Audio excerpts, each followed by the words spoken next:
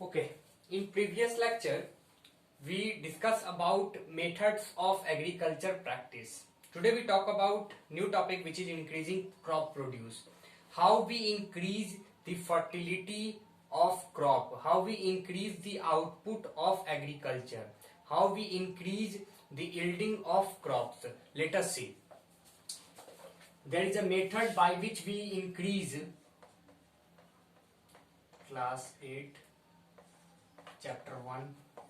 Okay, so there is a method by which we get high yielding crop production. Okay, so the process is, topic is increasing crop produce. Okay, so there is a method named plant breeding.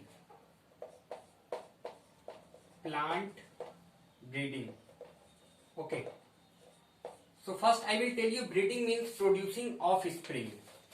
Breeding means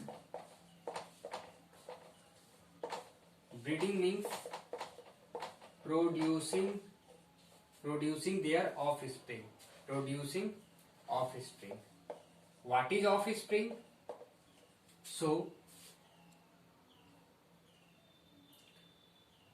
we know that every animal reproduce their young ones, and the young ones is known as offspring. Okay. Scientists have controlled the reproduction in plants and animals so that they have the required characteristics which makes them more useful. Okay, so scientists are doing in this field, and the method is known as breeding, in which they produce their offspring to good yielding. Okay, so we know that a plant gives us seed, and again this seed, after agriculture, again it make plant. So this is the production, this is the process of reproduction, again production. Okay, so now how we increase the fertility, in which we have an idea of hybridization. There is an idea about hybridization. Let us see what is hybridization.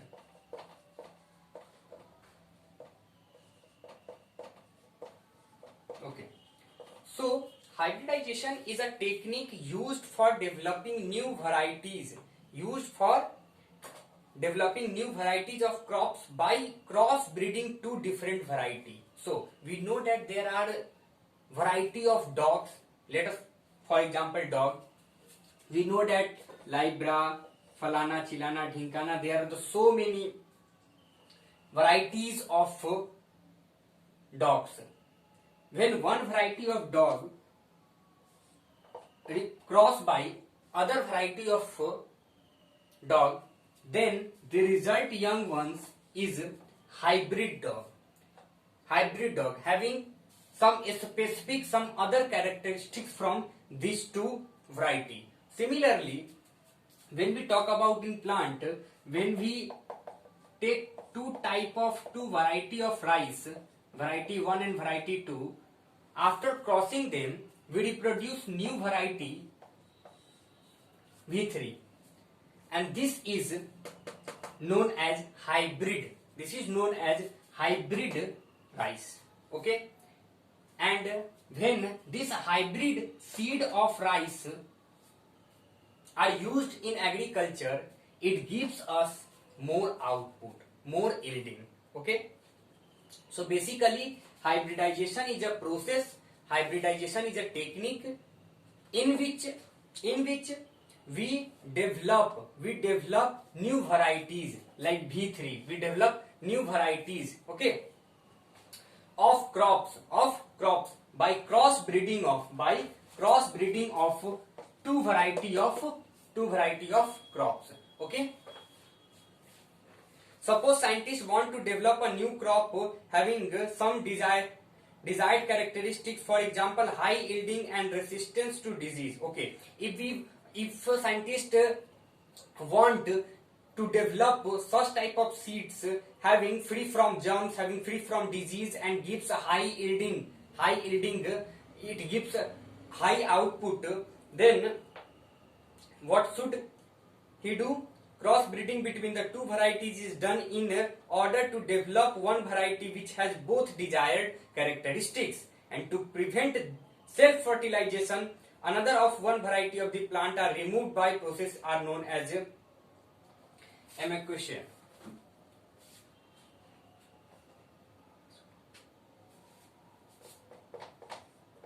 Emasculation.